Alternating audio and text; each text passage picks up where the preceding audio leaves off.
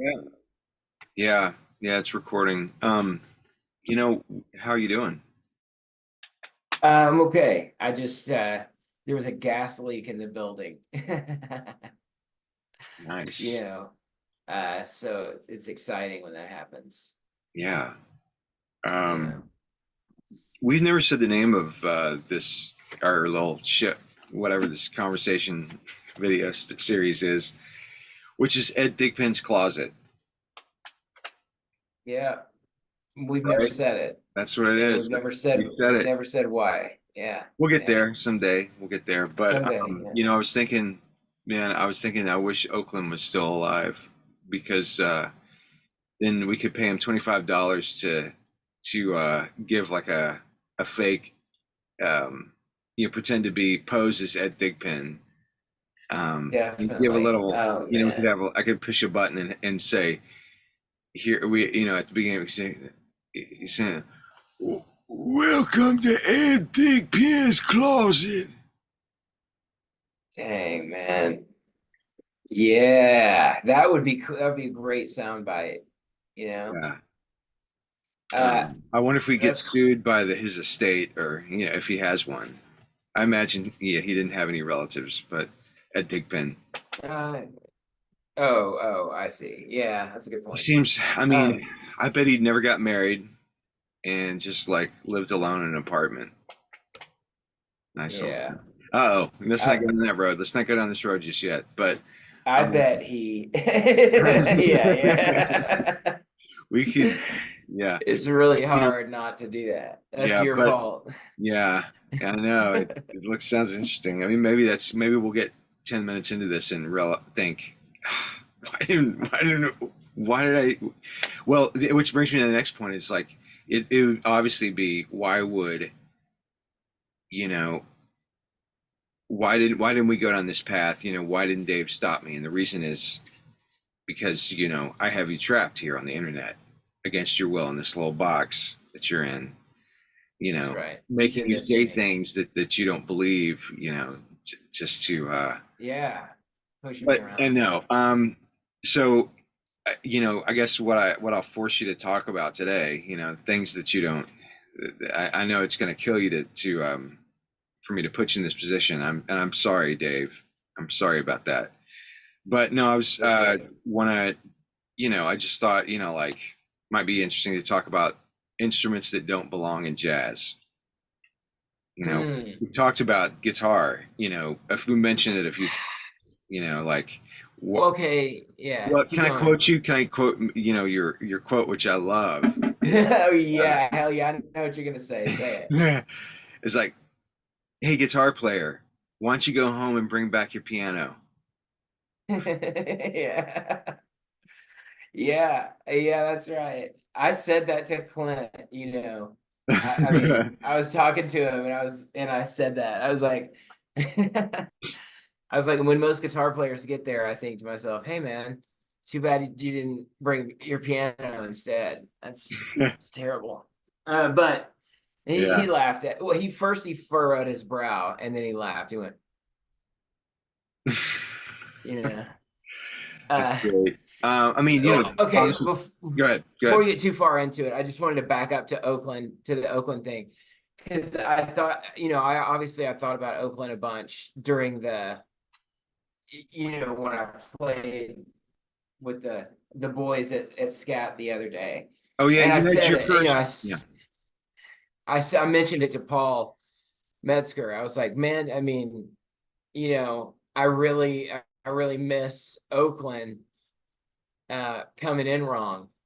Because Just friends. it was so, it was always just, you know, I mean, it's an extra level of fun to have to turn the beat and the harmonic rhythm around to, make it work. I mean, that's, it reminds me of the Olympics. I'm just like leave it Yeah. there. It reminds me of the Olympics because, it's all about that those first couple steps or something.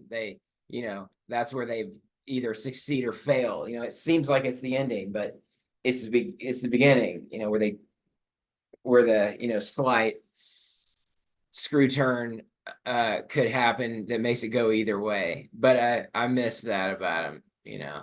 Yeah, and yeah, it's great doing gigs with him, you know, to some degree.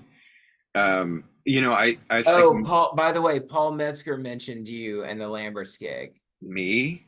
Yeah. Um, I don't Okay. know what we were talking about, but he was just like, oh, I think it might have been directly related to the Oakland thing. Hmm.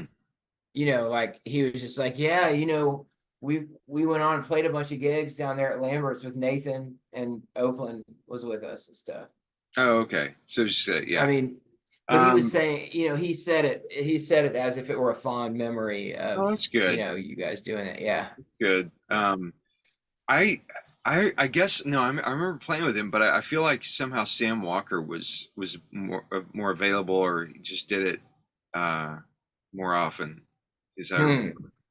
But yeah, that was good. And I like I mentioned to you one time, I brought my 4-track, my cassette Porta Studio 4-track up and did you know, I mean, it's like, of course, everything's bleeding together, but I'd line, you know, I did a direct line of Oakland's mic and then put a mic on Sam's guitar and then just kind of one near my drum kit and one near the bass player.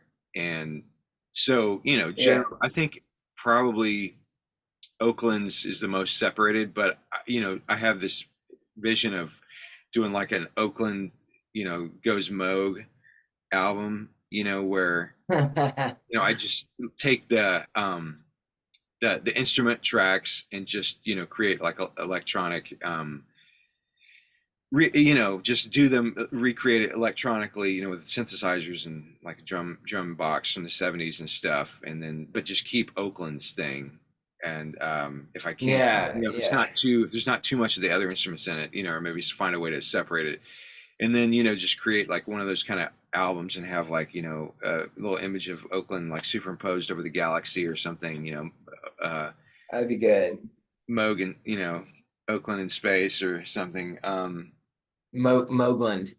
yeah Um, Moogland yeah that's great but you know yeah so talking about like doing gigs and we're just like you know mention I mean who knows who watches this stuff but yet but um you know, you're referencing the gig you did last week. So, you know, you've been out, you know, you did jazz gigs throughout the 90s and early 2000s, and then you took a break for a while to kind of focus on business and family stuff. And so you had your first return to jazz gig last on mhm. Sunday.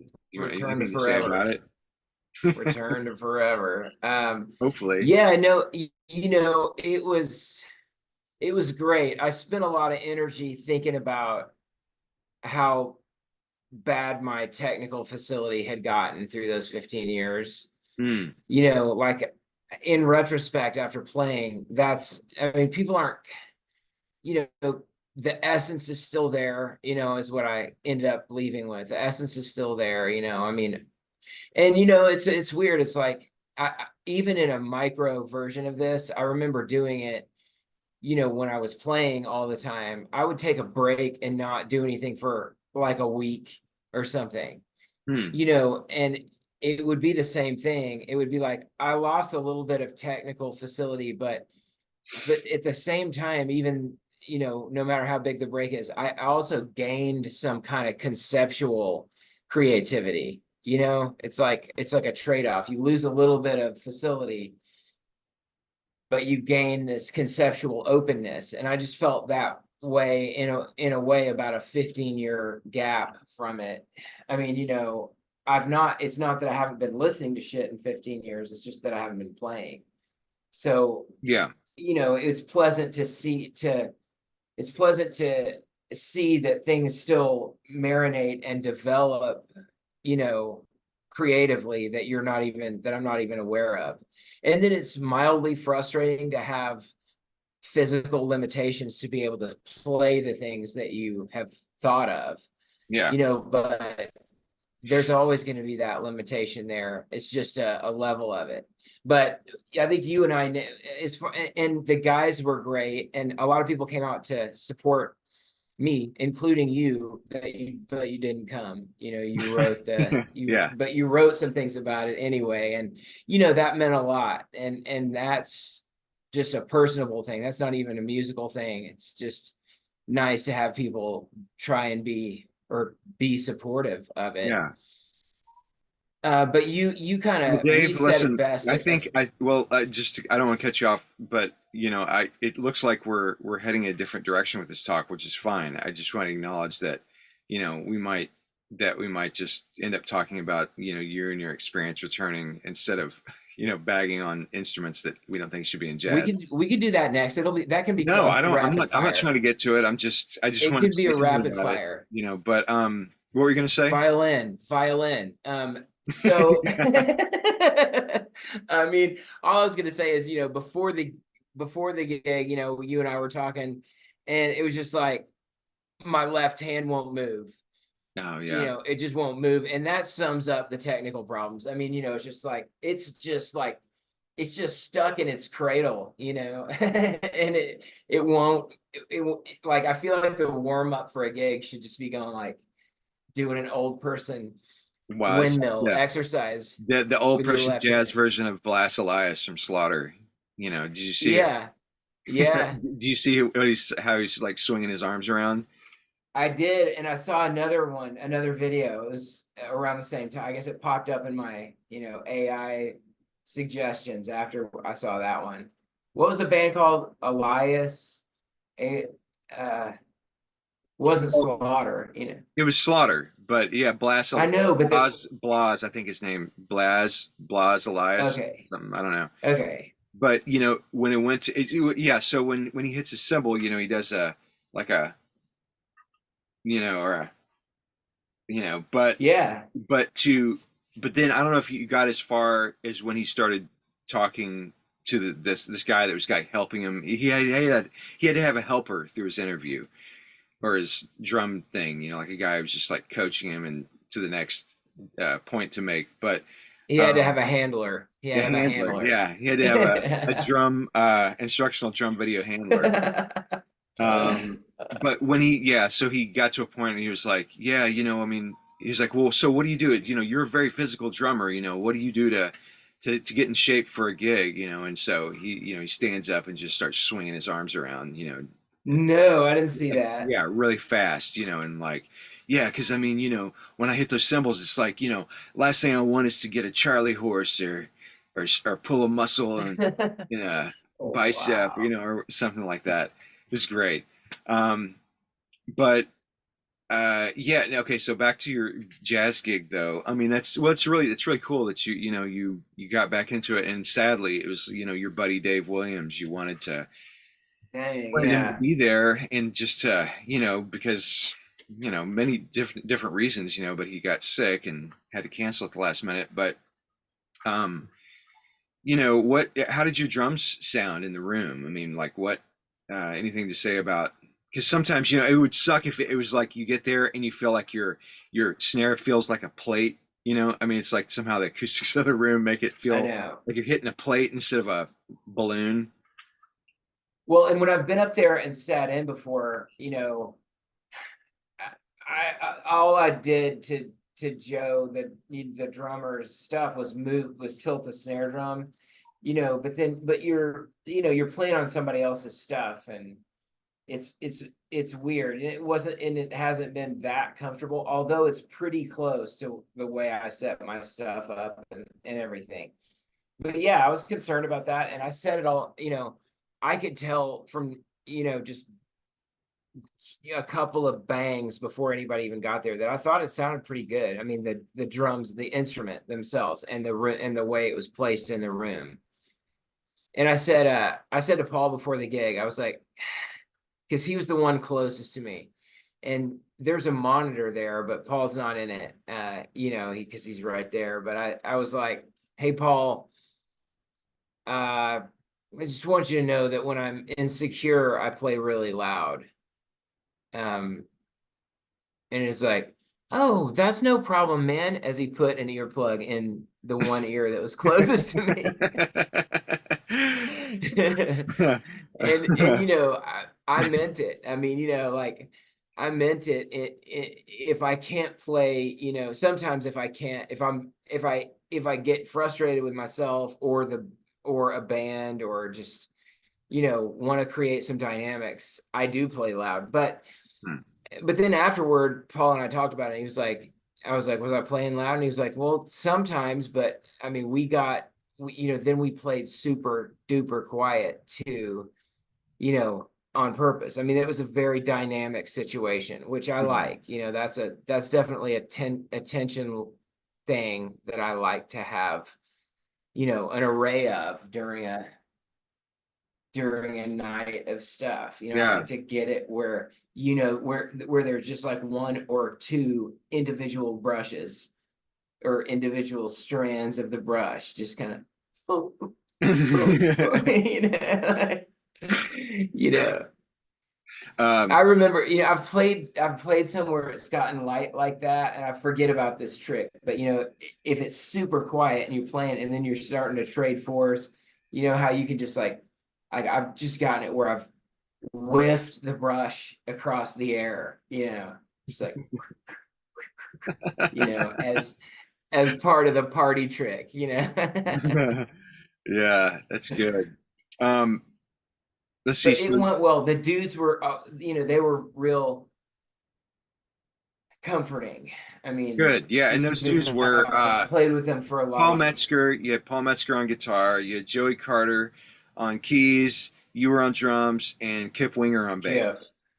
Yeah, Kip Winger on bass. Kip Green. Yeah, yeah. Kip, I mean, he would start some stories. It's like I felt like Joey was going to start counting something off, and Kip would be like, hey Dave, man, there was this one time I went to Minnesota, and it had already been quiet, with Joey figuring out a tune for like 30, 45 seconds. And I'm like, how, I'm just thinking, should I pretend I don't hear him? Because Joey, and we went camping out in the woods, you know what I mean? And I'm like, uh, you know, but somehow I guess Joey waited for him to finish the story. Which It was, I was it mean, was yeah. cute. Is that all there is to say about the Uh, story? anyway, man, all I'm saying is you can get crabs out there, just out in the woods. They're just everywhere. One, two, three, doody, doody. Well, I that's mean, then I realized he's doing it. He's doing it on purpose. Like, you know, then you just have to think about the punchline for the rest of for much of the rest of the tune. You just have yeah, to like let it settle. I liked it as a yeah. tech, That's a good thing. I mean, that's like it's as a like if he delivers technique. some kind of confusing, Yeah, dry punchline before every um right. song kicks For the off. count off, right? At the count off. Yeah. Anyway, so that part was great. And the guys were gracious. And I wasn't, I was like, don't try to get me to trade fours or eights or take a bunch of solos. I definitely don't feel like falling all over my drums.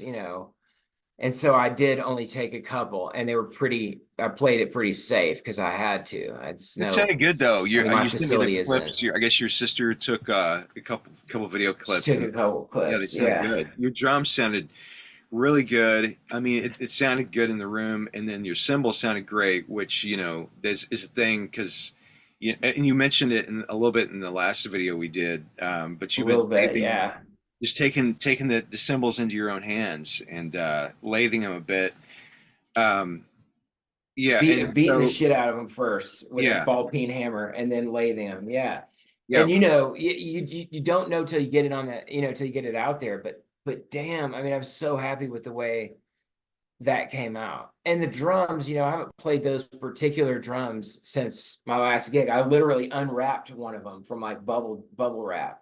Huh. Like the floor tone was still bubble wrapped in my garage. And I mean, I tuned them a little bit, but they just, they sound like good cheap drums, just I mean, I'm glad that didn't change any heads or try to do anything that would have screwed it up, because they Yeah. sound about like they should, Hmm. appropriate.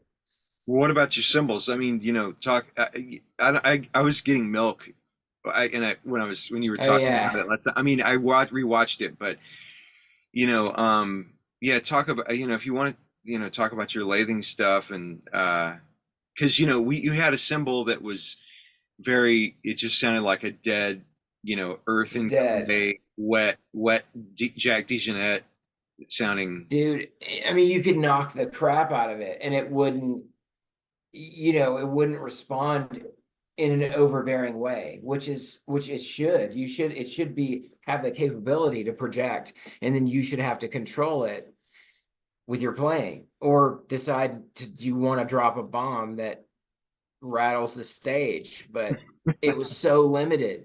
It was so limited. And I don't know, there are a couple of, it's too thick. It didn't have like lathed rings, very deep grooves across the top, which kind of just like they're just they're like platforms or structures for the vibrations to go through.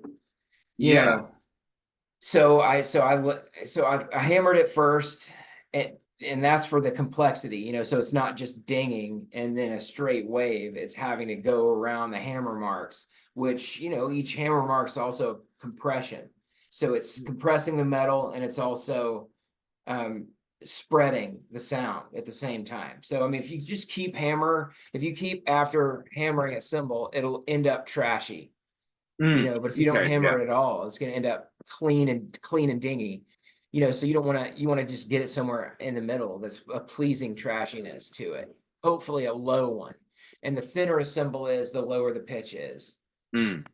You So wouldn't okay, necessarily so think so, you but were it's like, hammering. You got a ball peen hammer. You uh and an anvil stick to under the it. bottom of it. Okay, yeah, and then but then you were like, this is not good enough, so you ordered a motor, and then Yeah, I you ordered ordered a it, motor. and what I else? ordered a 2 horsepower motor and a 10-to-1 speed reducer, because it's supposed to be, you want it between like 250 and maybe 400 RPMs as the cymbal's going around, So, and I got a chuck for it, for the front of it, that slips onto the shaft, and then there's, like 4 inches of space, and I just, you just put the cymbal on there and crank it down, turn it on.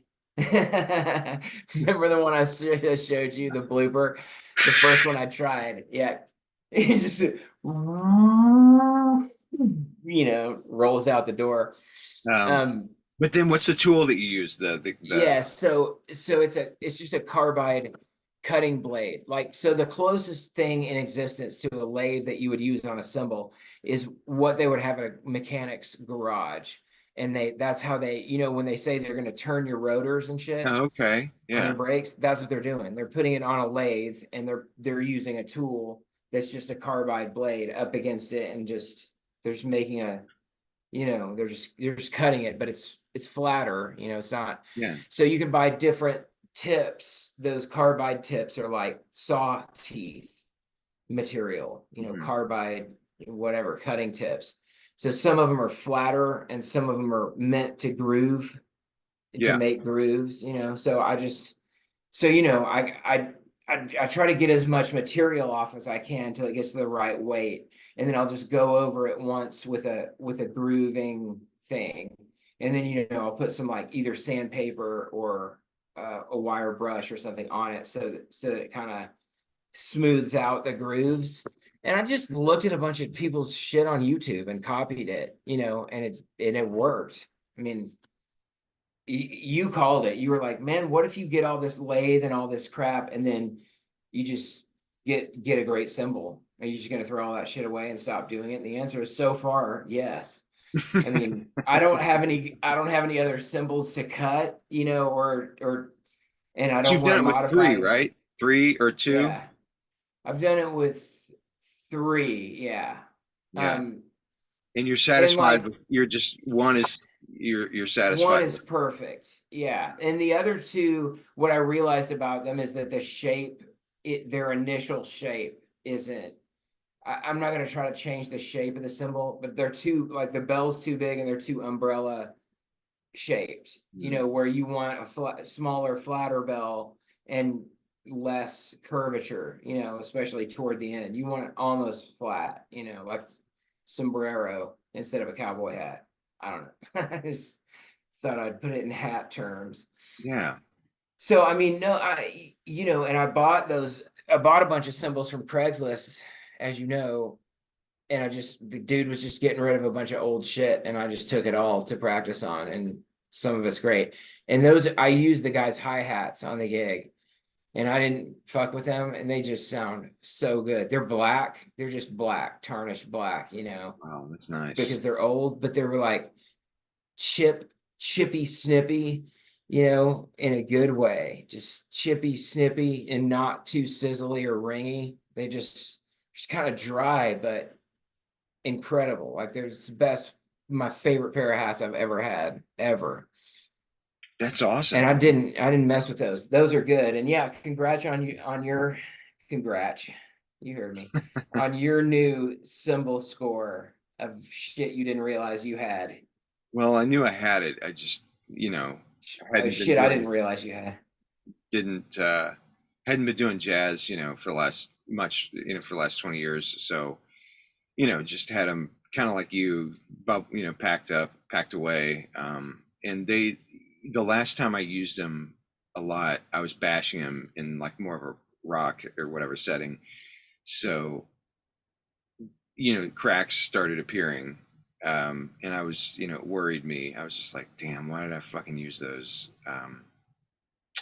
I mean, well, they sounded good, but anyway, yeah, they're good. I actually, I was gonna grab. Yeah, speaking of, here, let me grab a cymbal real quick. Do it. Go It's ahead. crazy.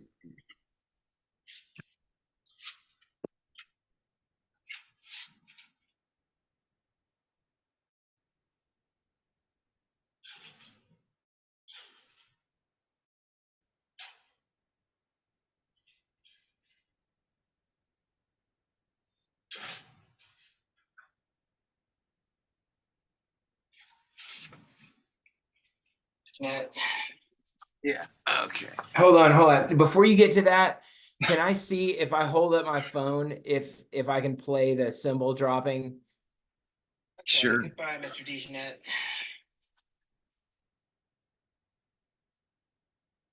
Can you see it? Yeah. There it is. There you go. Back it up a little bit.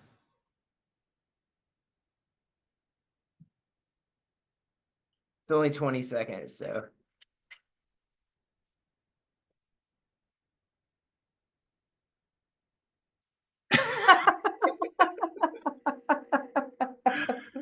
That's great. Oh man, that's good. All right. So I don't know if you can see this. Check this out. There you go. Oh yeah, yeah. Yeah, so Oh dude, this you is the got a most, and I taco. mean, this is like has no ring. Ah, yep, I know that one. You know, I know that one. it's like, man, yeah. Yeah, yeah, that makes me happy. Um, yeah, I dug a box of, for anybody who's watching, I had a box of cymbals, just like no namers and all days or something in my storage unit. So I went to go grab it because I thought I had a ping ride and I just wanted to see what that was like, playing jazz. But turned out, it wasn't what I thought. But just in checking out the other cymbals, it's just like kind of going down memory lane with that, which was interesting.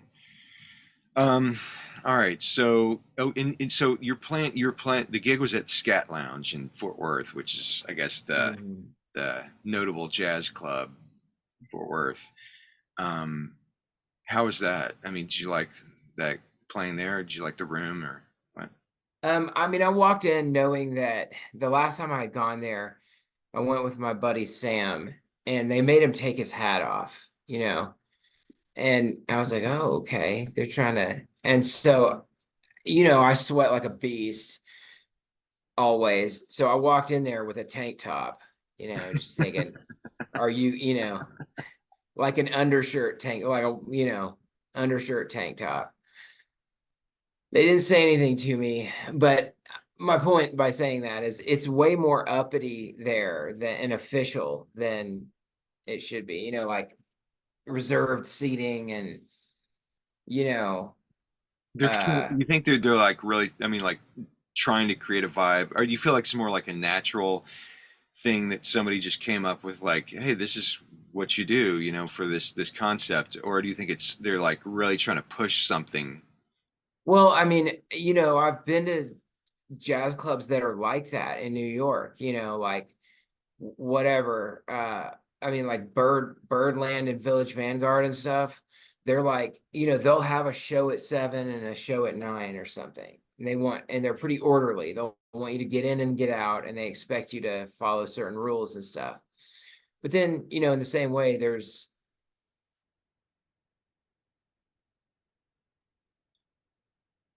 I'm just kidding. I didn't freeze. I love it. I love it. I love it. You But got me. You got me. but also there's like smalls that's just, you pay your $7 and go in there and hoot and holler. You know what I mean? I mean, there's that choice. And it's just that they're choosing, to have it be more Caravan of Dreams than Black Dog, Hmm. style. I mean, I'm just noticing that because it's just way more official, and like it was sold out, which just there isn't, you don't really buy tickets. I mean, but you can reserve them, Hmm. so as people were coming in, they were like, yeah, we're reserved, but if you're with the band, you got to sit back at the band table or whatever, which is where Mike and Daniel and another friend, cousin Mike, and they all sat at the band table. It's like, guys, you don't have to sit back here unless you just want to.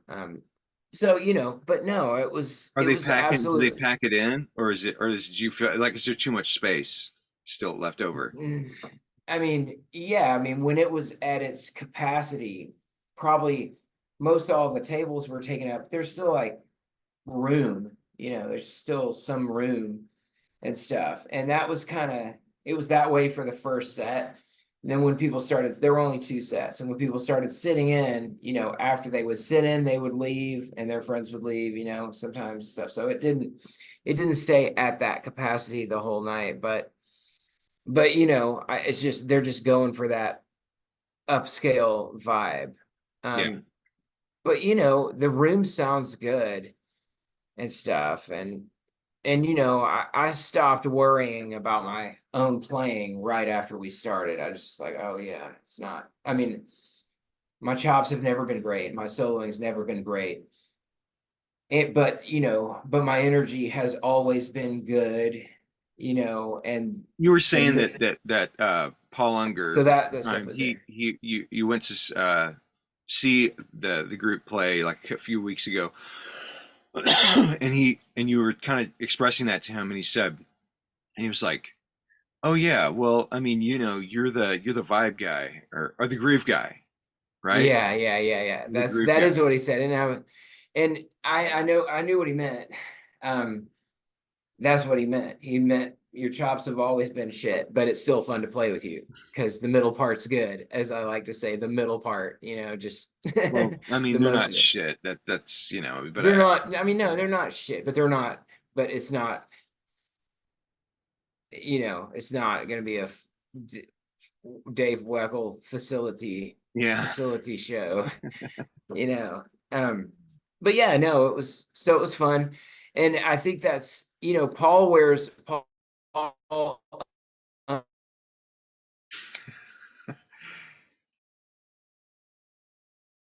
Doesn't look like you're pulling my leg this time. You're frozen. You're fully frozen. Hopefully you'll come back here in a second.